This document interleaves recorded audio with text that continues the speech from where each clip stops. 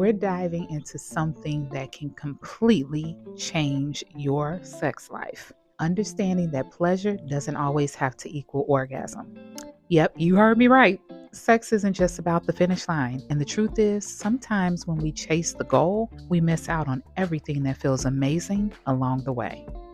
Think about it.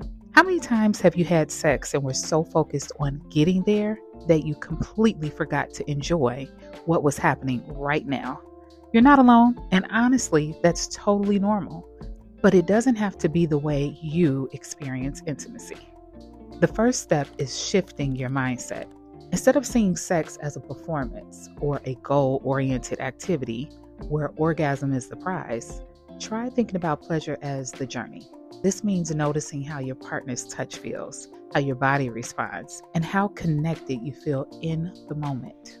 Focus on sensations: soft, hard, gentle, firm. Explore the whole body, not just the genitals. Talk about what feels good out loud. Communication isn't just sexy, it's actually essential. Pleasure isn't just physical, it's emotional and sensory too. When you stop tying everything to orgasm, you give yourself permission to explore new forms of connection, such as sensory play, feather massage, temperature play. Focus on what feels delightful. Emotional presence, such as eye contact, slow breathing together, mirroring each other's movements.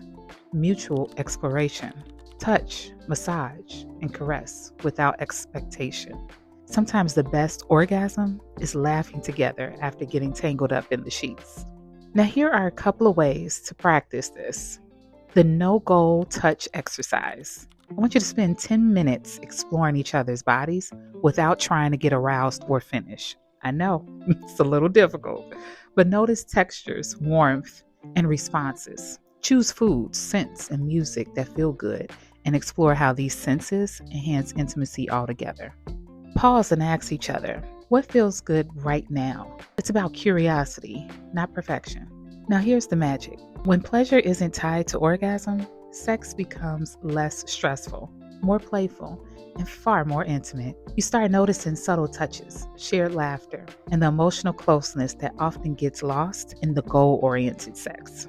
So the next time you're with your partner, try letting go of the finish line. Focus on touch, presence, and connection. You might be surprised, sometimes the most fulfilling orgasms happen outside the bedroom, in the way you feel together. Now, if you found this helpful, hit that like button, subscribe for more intimacy tips, and share this with someone who might benefit. And comment below, what's one non-orgasmic pleasure you love with your partner? I love to hear it. And be sure to also check out my book, The Intimacy Guru, linked in the description below.